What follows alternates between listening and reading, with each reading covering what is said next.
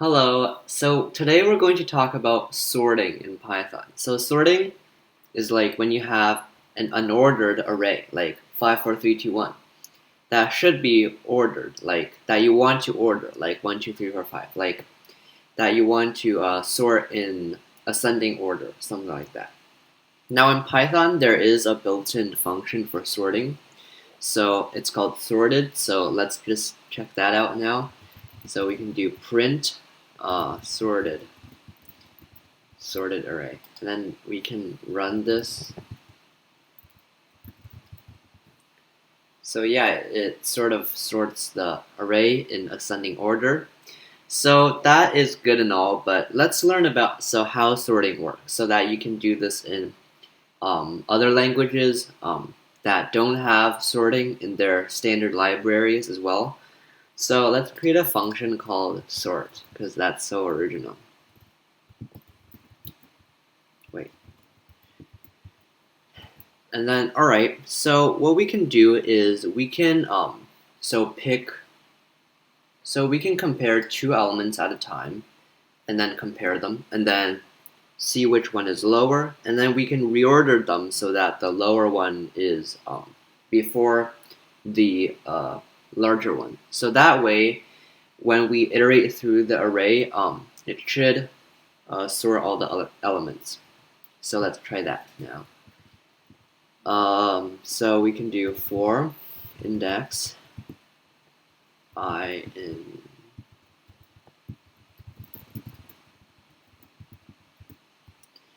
and then we can do if the element at index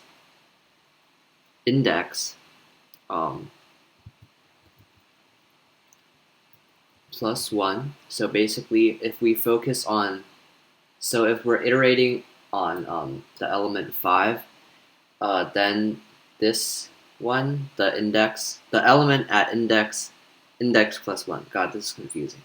Okay, let's change this to I, and then this to j. Yeah, index I plus 1. If index I plus 1, that is to say the next one is smaller than the element at index I, then we can reorder them, and we can do this by declaring them both together or whatever. We can do s index I and s plus 1 equals s.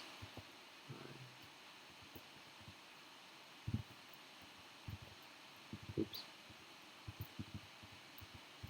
So now what this is doing is this is taking this value and putting it at index I, and then getting the element at index I, and then putting it in the one after index I. So we can try this and see what happens.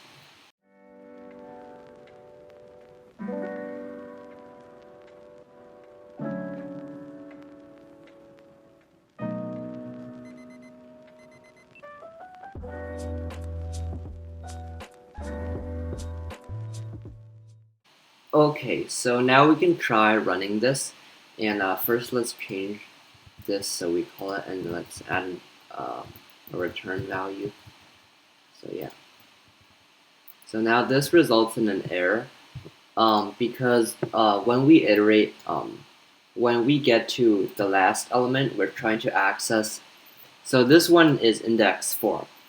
Now we're trying to access the element at index 5, which is a problem because it doesn't exist. So we can just sort of ignore this with a try except statement, because I don't know how to handle it otherwise. So just you can use this newbie way, except pass. Now we can try this. So here it only sorted the first element. Now let's try to see what is happening here. So we start off with 5, 4, 3, 2, 1. Now the program first looks at the first two elements, or this element, and then compares it with the next one, and sees that, okay, 4 is smaller. So the program switches the two elements, so it's now 4, 5, 3, 2, 1. And then it compares 5 and 3 because we're on the next two. Since this one iterates based on index and not the element itself, which is what I'm trying to, yeah. So it sees that 3 is smaller than 5 as well, so it swaps the two. And it sees that 2 is smaller than 5 again, so it switches those two again. One. And then it sees the last two, and then it switches those. So 4, 3, 2, 5. And of course, it tries to access the one at index 5, but we pass it, so it doesn't raise an error. So what is happening here is that, what we're doing is we're swapping two elements at a time, right?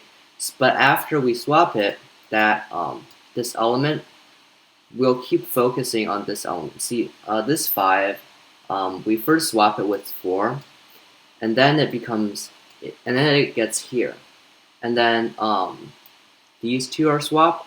So the 5 is getting to the correct position, but the program is not doing these two, like 4 and 3, and 2 and 1, right? 3 is bigger than 4, or, okay, what did I just say? Okay, 3 is smaller than 4, so it should swap those two, but it doesn't because it just iterates through the thing once, and it doesn't, it doesn't iterate through it again and fix the other ones. So we can just use a stupid way by just iterating through this once for every element in case every element is in the wrong place. In this case it is. So we can do for blank in S, and then iterate through this thing. So let's see.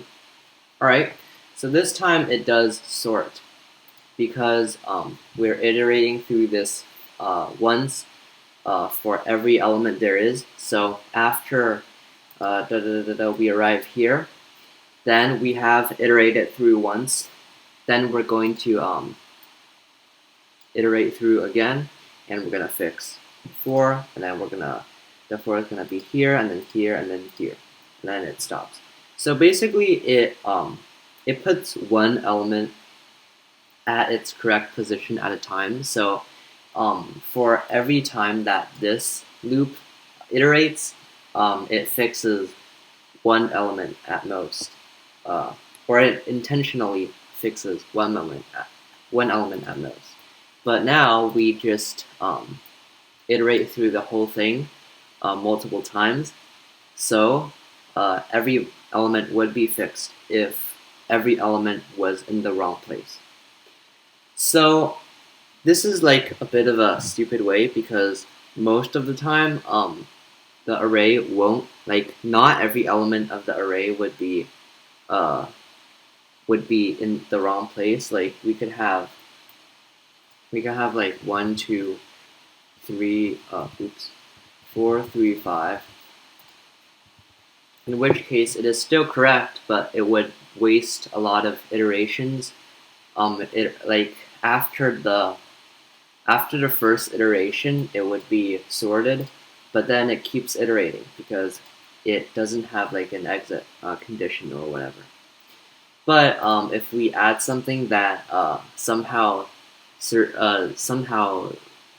determines whether or not the array is sorted yet, within this function without using the sorted function, that might take a little more time.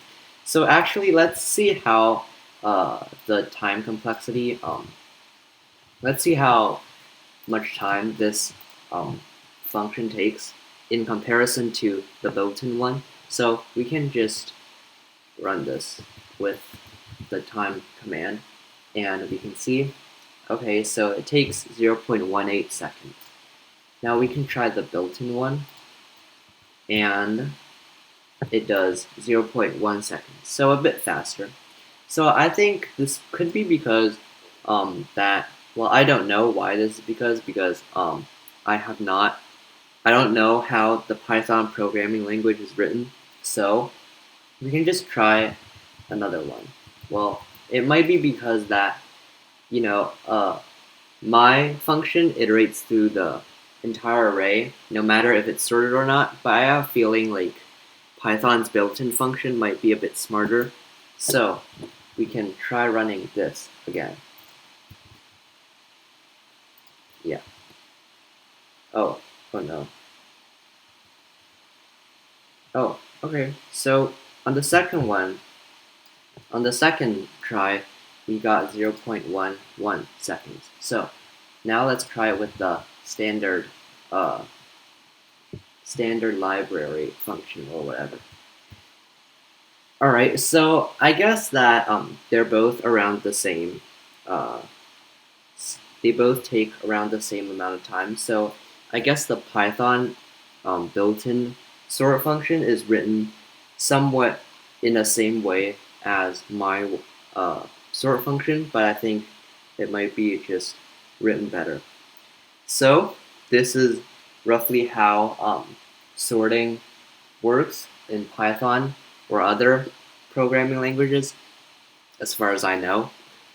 But in reality, in competitive programming, you wouldn't really need to learn how to sort because most languages like Python, C++, I think, and maybe Java. I have not learned Java yet, but I'm pretty sure there is a sort function in Java.